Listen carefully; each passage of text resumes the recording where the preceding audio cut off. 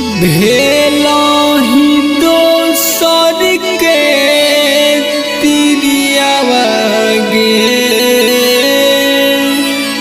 तब कैसे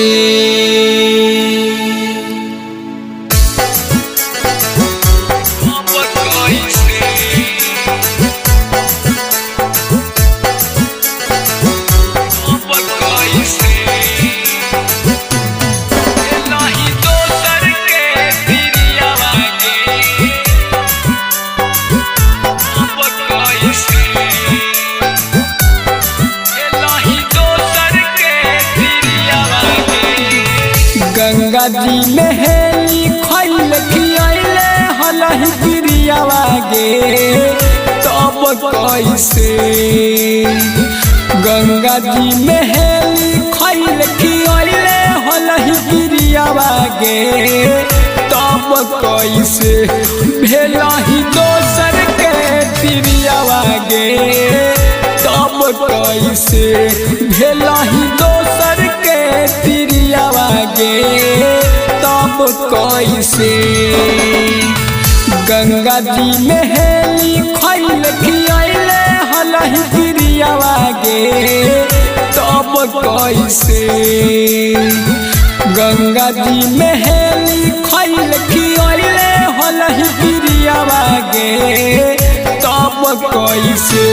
भेलहि दोसर के पिरियावा गे तब कैसे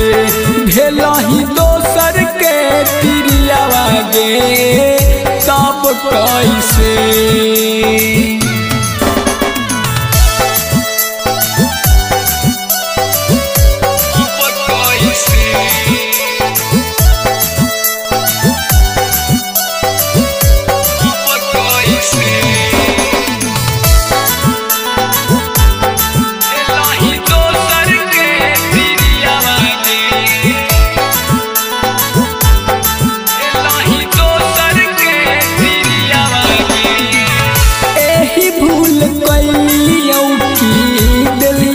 से नूर गे मौका के फायदा उठा के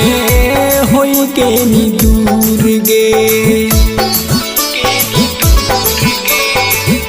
एही भूल कैलियौ की दिलियौ ना से नूर गे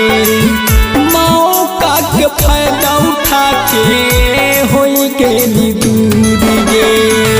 कहल जीना की भर पेन्हबौ तोरे सरियावा रे तब कैसे कहल जीना की भर पेन्हबौ तोरे सरियावा रे तब कैसे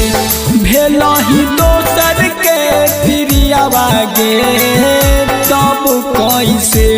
भेलहि दोसर के पिरियावा गे तब कैसे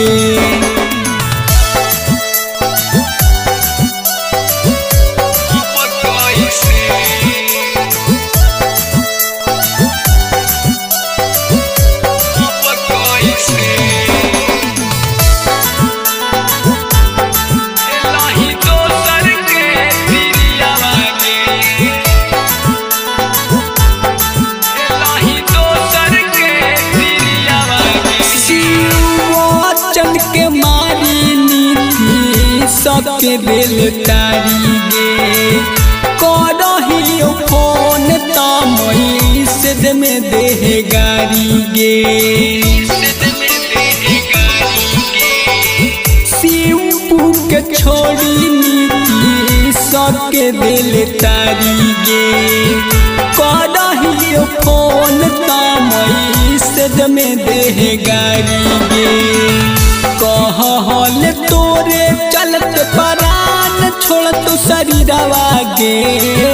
तब कैसे कहल तोरे चलत परान छोड़त शरीरवा गे तब कैसे भेलहि दोसर के पिरियावा गे तब कैसे भेलहि दोसर के पिरियावा गे तब कैसे। Recording by Sargama Studio, Bodh Gaya.